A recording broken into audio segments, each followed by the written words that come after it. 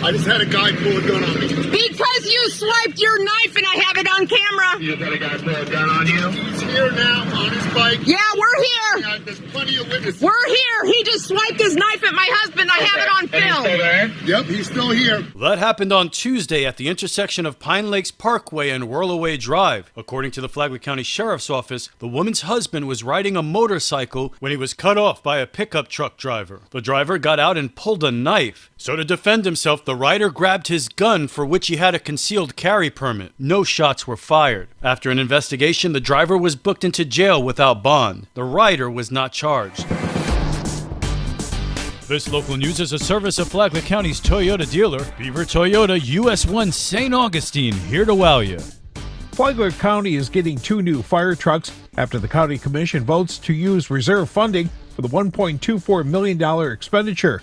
Fire Chief Michael Tucker says 2 of their 4 trucks have over 130,000 miles, but that's only part of the wear and tear. The rest of it is the time the trucks spend idling. Fleet manager Chet Lagana has indicated that a correlating factor is if you took the hours of that apparatus and you multiply that hour rate by 35, which is if you drove 35 miles per hour for that number of hours, it would give you a correlating mileage. So for the truck that's serving St. John's Park, that apparatus has 159,000 miles on it and has 10,143 hours on it. So if we utilize that 35 miles per hour factor, it's about 355,000 equivalent miles that if somebody had driven that distance at the speed of 35 miles per hour.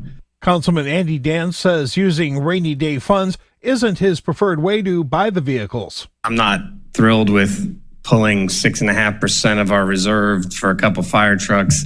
I know it's needed, and I know we'll have budget discussions further this week, and it doesn't make me any more comfortable doing it. The new trucks are to be delivered in about 14 months. I'm Rich Petchke.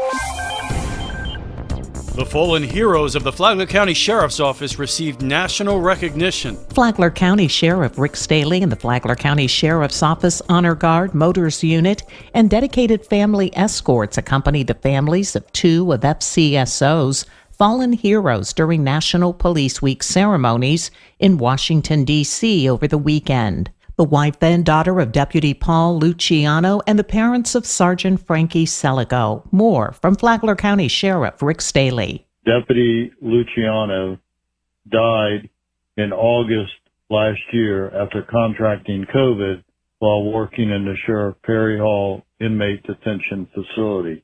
Sergeant Frankie Seligo died in 2011, but apparently had never been nominated to the Law Enforcement National Memorial Wall. We took care of that problem, and it was my honor to escort both families. Events included an address from President Biden, as well as the annual wreath-laying ceremony and the Stand Watch for the Fallen ceremony on the grounds of the Capitol building and the Law Enforcement Memorial Wall.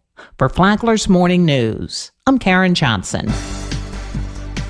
Flagler County has an organization focused on creating a safety net of services to support the community. It's called Flagler Cares, and CEO Carrie Baird says they work to help those who can't afford health care. Our first approach to this is to get people health insurance, because if you have health insurance or Medicaid, you have a lot more buying power. You have more options for treatment that you might need.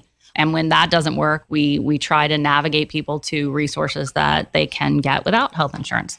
Our goal is to connect people with resources, either through just awareness, people don't know where to go, standing side by side with them to make sure that they have access, or nudging on those agencies that maybe don't connect as well as they should. Flagler County Medical Director Dr. Stephen Bickle says there are several no-cost care options available. We have a pretty vibrant free clinic.